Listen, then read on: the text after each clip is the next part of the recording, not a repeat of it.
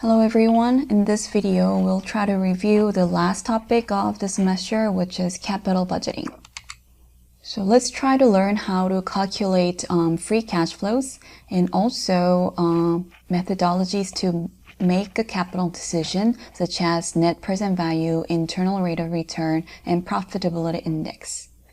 And finally, based on those values, we will make a capital budgeting decision. We'll also learn how to evaluate your decision by applying the scenario and sensitivity analysis. So capital budgeting refers to an analysis of potential projects such as investments in machinery, real estate, or new technology. So all these investment projects would be long-term decisions which involve large expenditures of capital. So once implemented, it's really hard or even impossible to reverse your decision. That's why we will have to be really cautious, and we'll have to make a thorough analysis in advance. Otherwise, it will yield a tremendous amount of loss to the firm, which is, what obviously you would like to avoid. Now let's look into more details about the capital budgeting. So let's suppose you have a project in mind.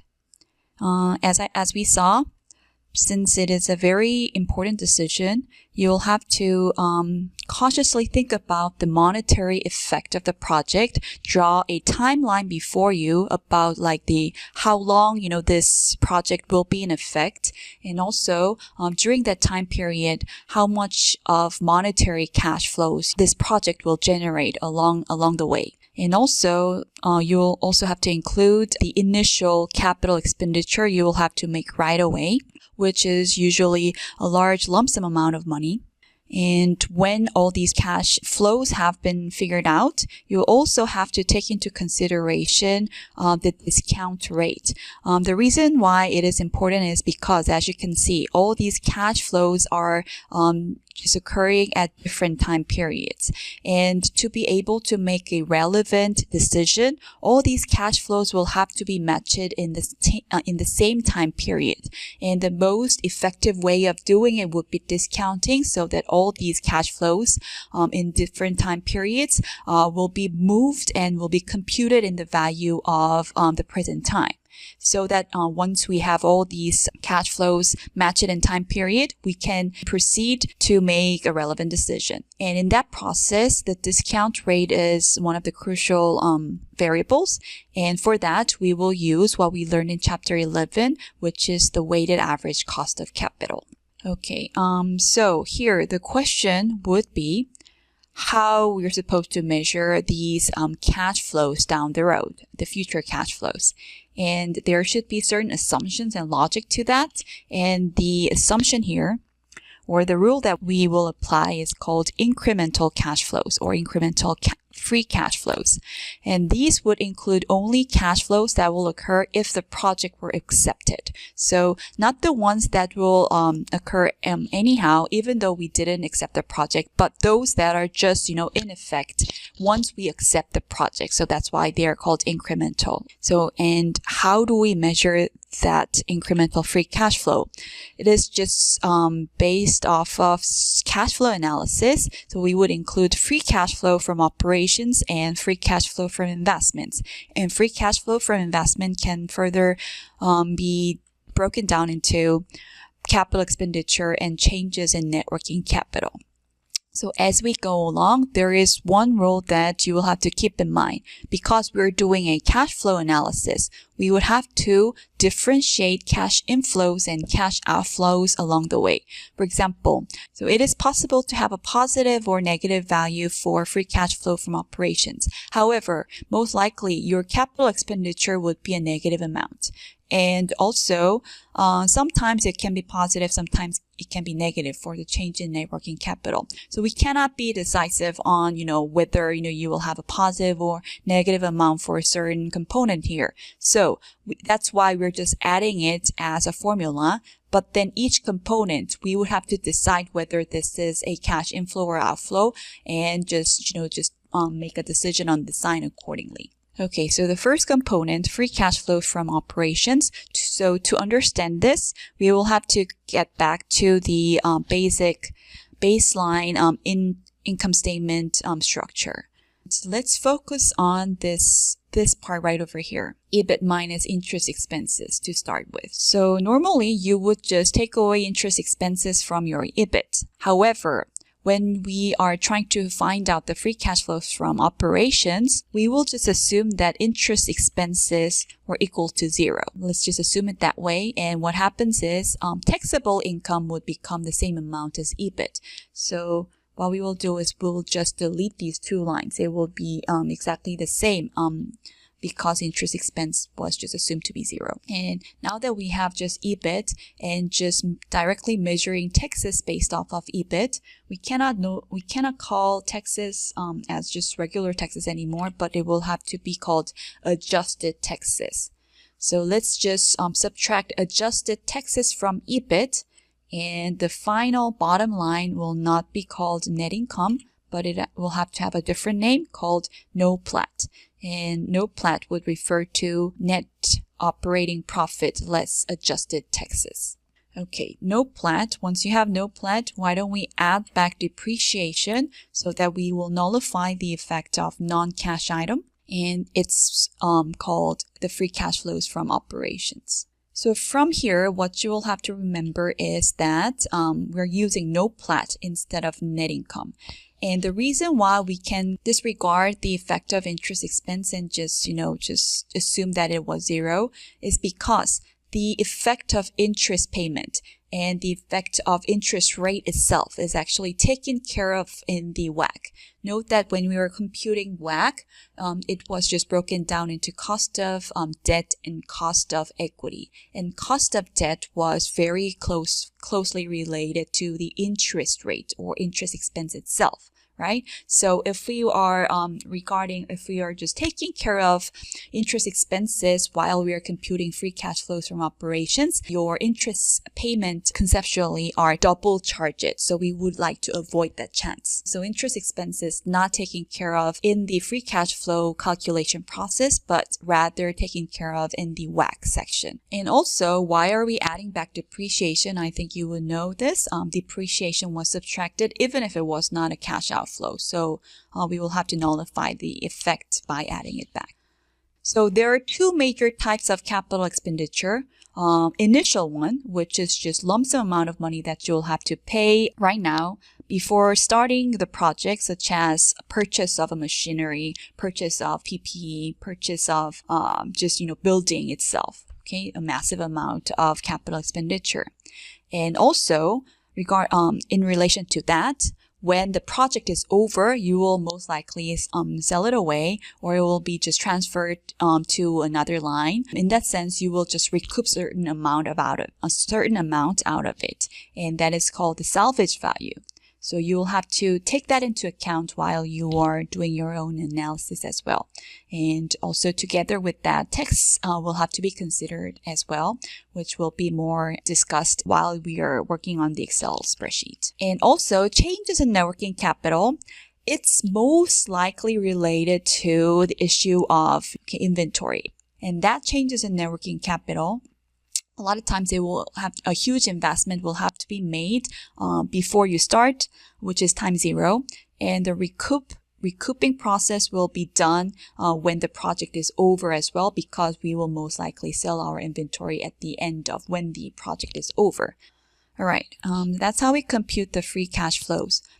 And then the next question you might have in mind is, how do we once we figure out all these, amounts of cash flows along the way, how would we make our decision? How do we choose, evaluate, or rank possible projects? And that will follow certain methodologies. And I believe we are very familiar with those names: net present value, internal rate of return, and also profitability index. These will help you make your decision on the projects. So the first rule to learn is called the net present value. To learn how to compute it, we will first have to discount the future free cash flows at the discount rate of WACC. Then these amounts will be matched at the time period of time 0 or present time. And these, if you think about the economic meaning of it, these will be the cash inflows generated by this project. So we can just, in a sense, understand it as the profit from this project. And in addition to that, you will have initial capital outlay, which is most likely a negative amount in that you will have to spend a certain amount of money to prepare for this project. And that will be like the cost side of it. So economically, this will be a cost. So if you just try to combine them together or sum them, this will eventually become profit cost analysis. And it is called the NPV. So NPV, what I just said, can be formulated in this mathematical formula. However, with the help of Excel, it can be expressed in a much simpler way, and we will learn that in our Excel. Now let's learn the second rule, which is the internal rate of return. So to understand the internal rate of return, we would have to follow the logic of NPV. So if you think about NPV, the rule here was that you had to compare the profit, which is measured with the present value of all the future cash inflows, and then it was a profit and cost analysis, meaning that you had to subtract cost, which is the initial capital outlay. So by comparing the two, you were able to get the amount of net present value. And then let's say you wanted to make NPV 0. So that profit was the same as cost. So in this formula, our logic is, we would like to have just the amount of profit as we initially spent as cost. Okay, so let's say we wanted to do that. And then in that case, how much discount rate, what rate of R will allow us to have this condition, meet this condition, right? In other words, if you wanted to make a certain amount of initial spending, capital spending, and then you just wanted to recoup the same amount of profit as the initial cost, what will be the rate of return in that case? That would be the logic for the internal rate of return. So to find that amount, we cannot actually use any algebraic formula, but it's usually done, with the help of trial and error process, and it's allowed with Excel. So the function is going to be practiced in the Excel exercise. Okay, the third rule for capital budgeting is profitability index, and it's very similar to the NPV. So for the NPV, you had to compare the profit measured by the present value of free cash flows and the initial capital outlay, which is your cost. So it was just merely profit minus cost. This was NPV. So for PI, your profitability index, you're making a ratio between the two. So profit will go to the top, and you will divide it by the cost. So it's very similar, but one is the difference between the two, and the other one would be the ratio. So the mathematical formation has been presented here, but of course you can also use the Excel function, which is very similar to the NPV function as well. All right, so how do we make a decision based off of the estimates or the methodologies that we learned? So for NPV, once you have a higher profit compared to the cost, then you actually proceed with that project. So you would accept the project if NPV was higher than 0. And what about, if you think about that rule, it can also be applied to the profitability index as well, because PI is the ratio between profit and cost. So if you have higher profit than cost, then obviously PI will be higher than 1. So you can compare it that way. So the logic is pretty similar between the two. But what about internal rate of return? So as I told you before, internal rate of return is the return from the project. So we will have to compare it with the cost of proceeding with that project. And that would have to be measured with how much you're spending for your financing, which is cost of capital. And of course, in this case, we would be using weighted average cost of capital. So we would compare the two, and if you have a higher value for the return or internal rate of return, then you would obviously proceed with that project. So that's the decision rule here. And among the three, NPV and IR are the most commonly used. But NPV, of course, should be the most dominant one of all.